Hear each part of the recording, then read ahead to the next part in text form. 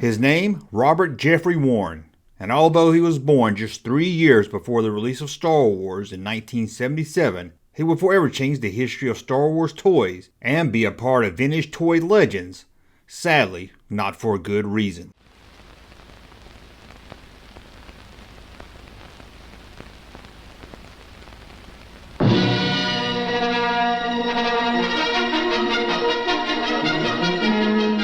Robert was born on November 11th in 1974 in Lilburn, Georgia. There he grew up with his parents and older brother.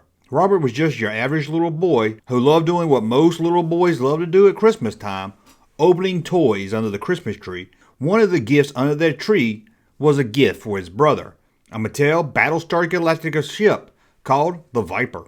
While playing with the toy, 4-year-old Robert placed the missile of the ship into his mouth, and before anyone knew what happened, the missile from the ship fired and lodged itself into Robert's throat.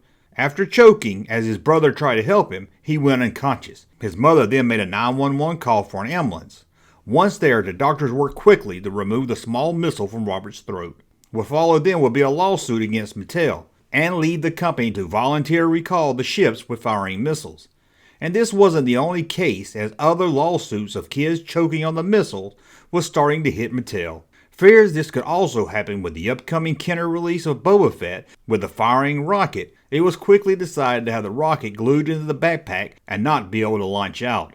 Kenner did first look into how to lock the missile in place, but soon decided it was best just to drop the plan of having the missile fire. 2 days after removing the missile from Robert's throat, he passed away due to complications caused by lack of oxygen to the brain on December 31st, 1978. The recall from Mattel would not start until January 11th, causing some to say Mattel acted too slowly.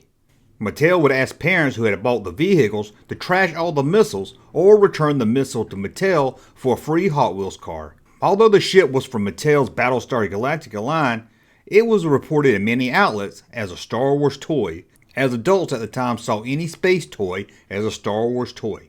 The judge in one of the lawsuits called it a Star Wars missile, upsetting George Lucas when he heard about it. Even Robert's death certificate states that the cause of death was due to a Star Wars toy being put into the mouth and the missile injecting.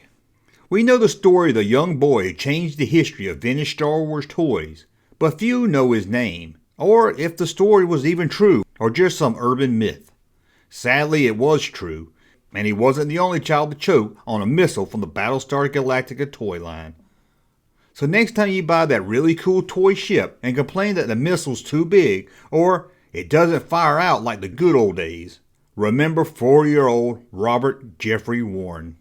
And that's the story of the little 4-year-old boy who would change toy history. I want to thank you for watching. As always, thumb up so you like my content, subscribe to the channel, and we'll talk again soon.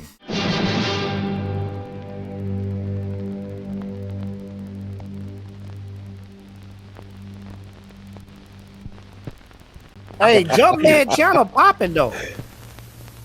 Thank you, sir, for that unsolicited testimony.